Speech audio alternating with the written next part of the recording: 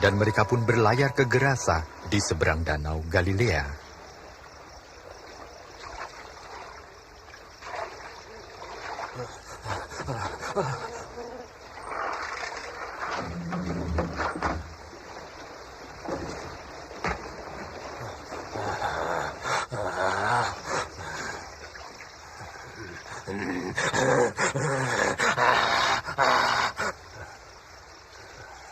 Yesus, Anak Allah yang Maha Tinggi, Kau apakan saya?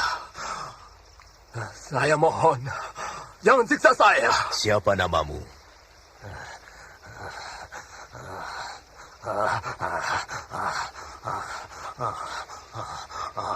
Legion.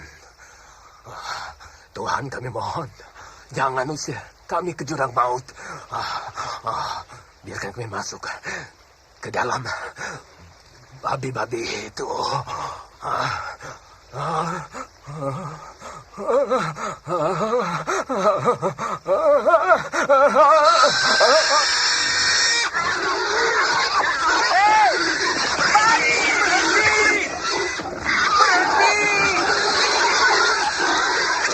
Roh-roh jahat meninggalkan orang itu. Kembali! Dan masuk ke babi-babi itu.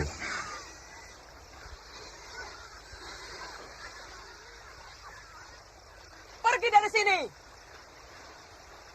Kau tukang sihir! Tinggalkan kami! Pergi dari tempat ini! Tinggalkan kami! Pergi dari sini! Saya mau mengikuti engkau. Izinkan aku bersamamu.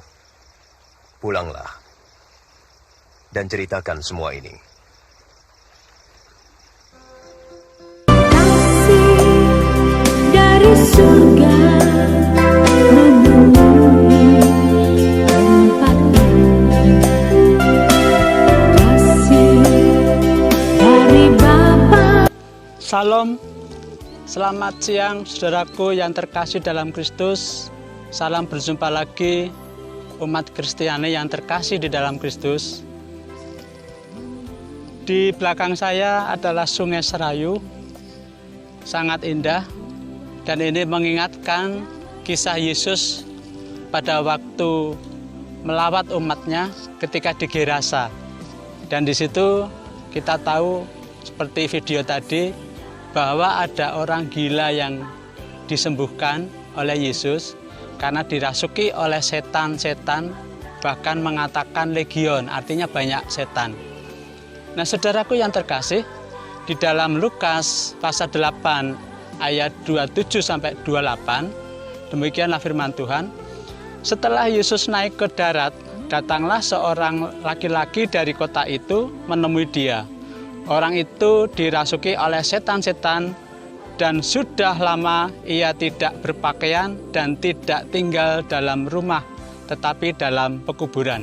Ayat yang ke-28, ketika ia melihat Yesus, ia berteriak lalu tersungkur di hadapannya dan berkata dengan suara keras, "Apa urusanmu dengan aku, hai Yesus, Anak Allah yang Maha Tinggi? Aku mohon kepadamu supaya engkau jangan menyiksa aku." Saudaraku yang terkasih di dalam Kristus, pada ayat ini, yaitu Lukas pasal 8, ada dua hal penting bagi kita. Yang pertama, setan-setan mengakui siapa itu Yesus.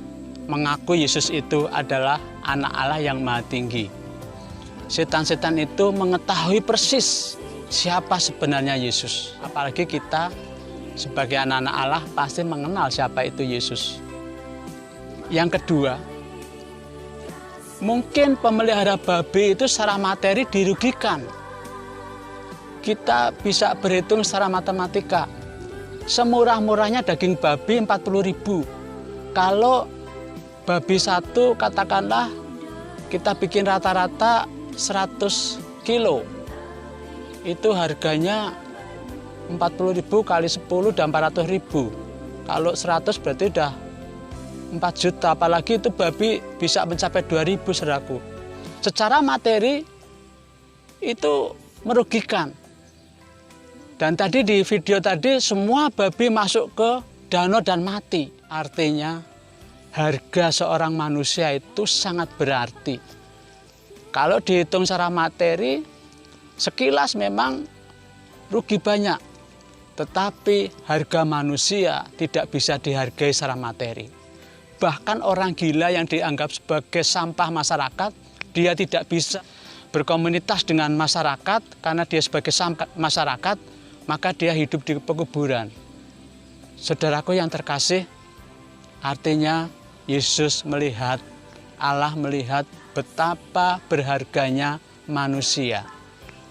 Dan melalui kuasa Allah, kuasa Yesus, maka setan-setan itu takut dan pergi ke babi dan diizinkan oleh Yesus. Supaya apa? Supaya kita dalam hal ini bisa melihat bahwa manusia sangat berharga di mata Allah.